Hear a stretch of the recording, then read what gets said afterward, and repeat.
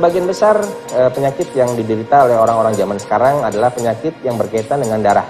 Kekentalan darah, kemudian darah yang kotor, kemudian juga kandungan darah yang tidak stabil, kandungan darah yang tidak sewajarnya, kandungan yang sudah over di sebelah mananya, over kreatinnya, over asam uratnya, atau over trigliserinnya, membuat tubuh menjadi tidak nyaman, membuat tubuh menjadi tidak sehat.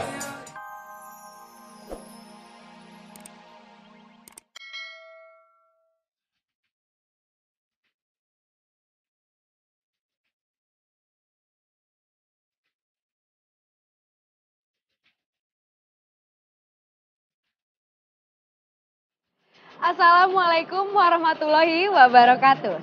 Pemirsa, mau tahu nggak? Ada satu jenis pengobatan yang insya Allah dapat mengobati 72 jenis penyakit. Dan pengobatan itu dinamakan bekam atau hijama. Nah, mungkin sebagian pemirsa ada yang belum tahu apa arti bekam itu sendiri, bagaimana cara melakukannya, dan bahkan ada waktu-waktu terbaik kapan kita harus melakukan bekam. Oke, kalau gitu mari kita sama-sama dalami bekam.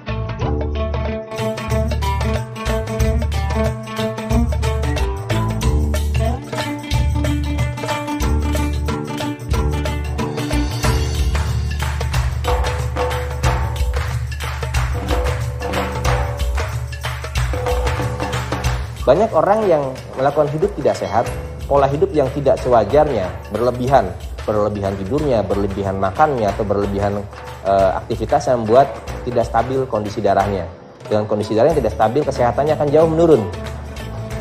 Tubuhnya akan jadi drop, kemudian akan sakit.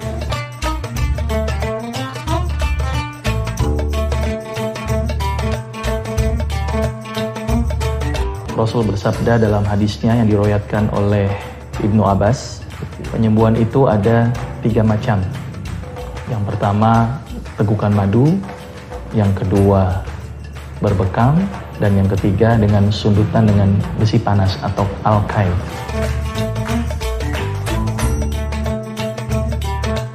Pada kesempatan ini kita akan mengkaji sebuah pengobatan Nabi. Salah satu di antaranya adalah berbekam atau al-hijama.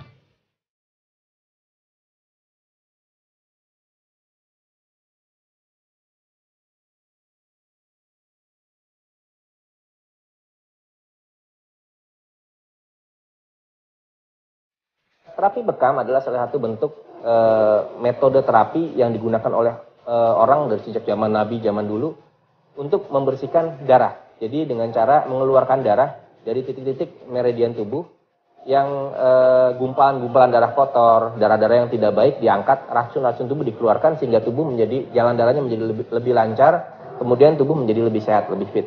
Rasul bersabda dari riwayat Tirmizi, sesungguhnya sebaik-baik pengobatan yang kalian lakukan adalah berbekam. Bahkan ketika Rasulullah melakukan Isra Mi'raj, selalu diberitahu oleh malaikat di setiap langitnya, dan malaikat selalu bilang pada Rasulullah, ya Rasulullah, perintahkanlah kepada umatmu untuk berbekam. Bekam sebenarnya sudah ada sebelum Rasulullah menjadi Rasul, dan banyak dikembangkan di negara-negara seperti Cina, kemudian India. Kemudian setelah Rasulullah menjadi Rasul menguatkan ternyata bekam ini sangat bermanfaat, dan kemudian berkembanglah ke negara-negara Eropa, kemudian sampailah ke Indonesia saat ini.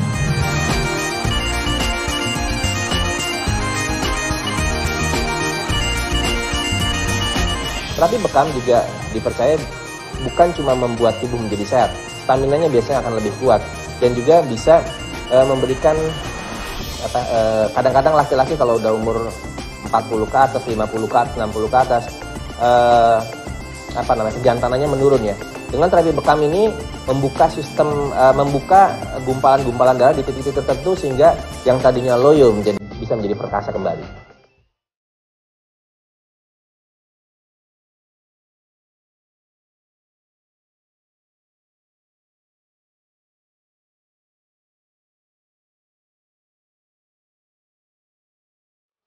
Sebagian besar penyakit yang diderita oleh orang-orang zaman sekarang adalah penyakit yang berkaitan dengan darah.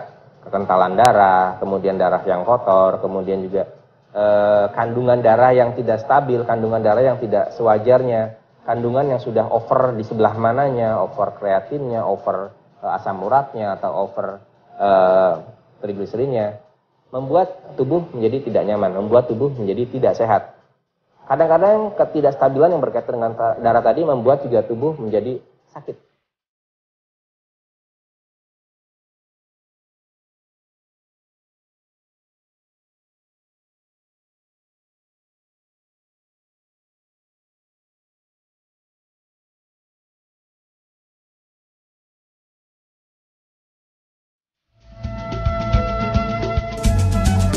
Nah, bagaimana pemirsa? Sudah mulai jelaskan soal bekam? Tapi jangan kemana-mana dulu, karena ada narasumber kita yang akan menjelaskan dan mempraktekkan metode pengobatan bekam. Tapi setelah yang satu ini.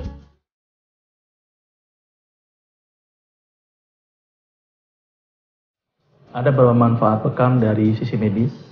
Yang pertama adalah bekam akan melancarkan aliran darah. Yang kedua, bekam akan menghilangkan endapan-endapan yang tidak berguna bagi tubuh. Salah satunya diantaranya adalah kolesterol. Seperti kita ketahui, kolesterol ada dua, ada kolesterol baik dan ada kolesterol jahat. Kolesterol jahat dalam bahasa medisnya kita menyebut dengan istilah LDL. Nah, LDL ini yang sering mengendap di daerah pembuluh darah tepi, dan itu sangat sulit untuk dikeluarkan. Ternyata dengan berbekam, LDL bisa dikeluarkan.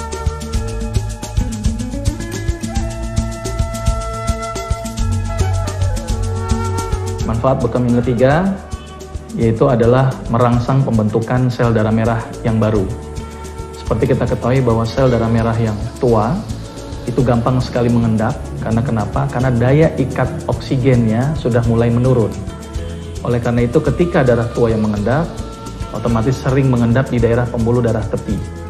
Dan ketika beri bekam, maka pembuluh darah tua banyak terambil, sehingga terbentuklah sel darah merah yang baru.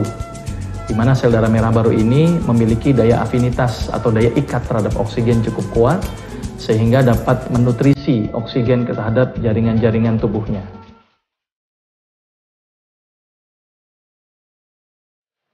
Tindakan bekam pada pasien dapat digunakan untuk memperbaiki kualitas dari pembuluh darah kapiler, sehingga tubuh pasien bisa terangsang untuk membentuk sel darah merah lebih cepat dan dapat mengurangi keluhan-keluhan yang dirasakan oleh pasien.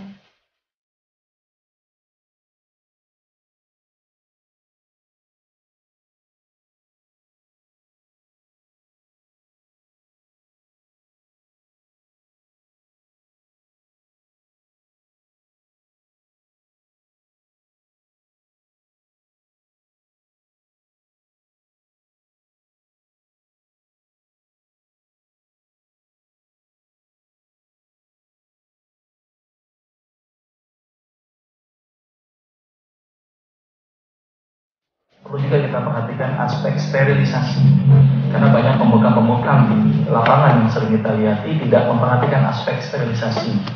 Di antaranya penggunaan handscoon, itu banyak mereka berbekam tanpa menggunakan handscoon. Terus kemudian penggunaan masker, dan yang paling penting adalah penggunaan kacamata, karena kacamata ini berperan penting untuk mencegah kontaminasi dari efek cipratan darah. Karena darah itu adalah mediasi untuk penyebaran sebuah kuman. Yang saya takutkan adalah hepatitis dan AIDS.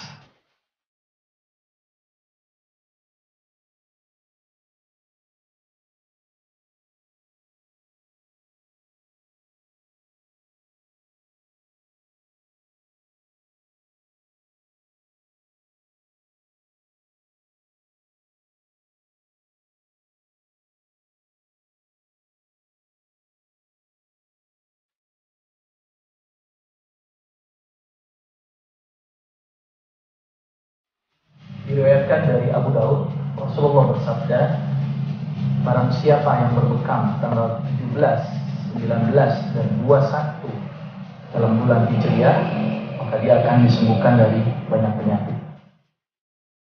Seperti kita ketahui bahwa tanggal 17, 19, 21 ini adalah masih dalam kondisi bulan purnama, di mana aliran darah pada waktu itu lagi puncak-puncaknya. Oleh karena itu ketika orang berbekam tanggal 17, 19, 21, darah yang dikeluarkan pun juga menjadi lebih optimal karena ada efek daya gravitasi dari bulan.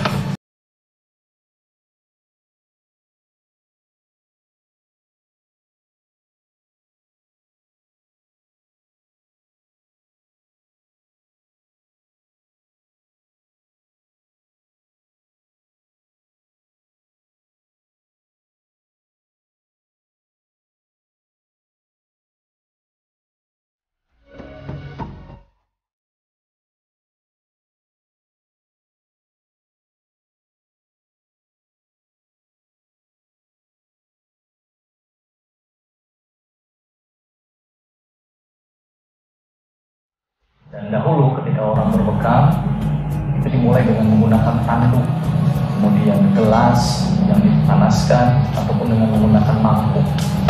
Dan sekarang sudah mulai berkembang bekam dengan menggunakan sayatan, dengan menggunakan pisau bedah, terus kemudian dengan menggunakan autoclave dan memperhatikan aspek sterilisasi.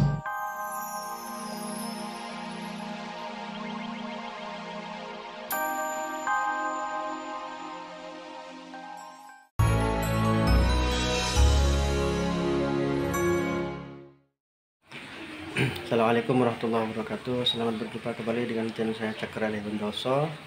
Selamat sejahtera, salam sehat untuk semuanya. Baik sahabat, pada malam hari ini saya melakukan proses hijamah atau bekam ala sunnah Nabi untuk Bapak Suhra dari Jebung ya. Jadi beliau ini terasa sakit semua seluruh badan ya. Ini adalah pertama kali beliau ini hijamah atau bekam. Terlihat banyak sekali sahabat ya. Jadi ini Insya Allah dengan kita berbekam atau hijamah ala sunnah Nabi ini, apapun yang menjadi gelar kita akan diangkat oleh Allah dan digantikan dengan Subhan. Amin amin ya rabbal alamin. Assalamualaikum warahmatullahi wabarakatuh.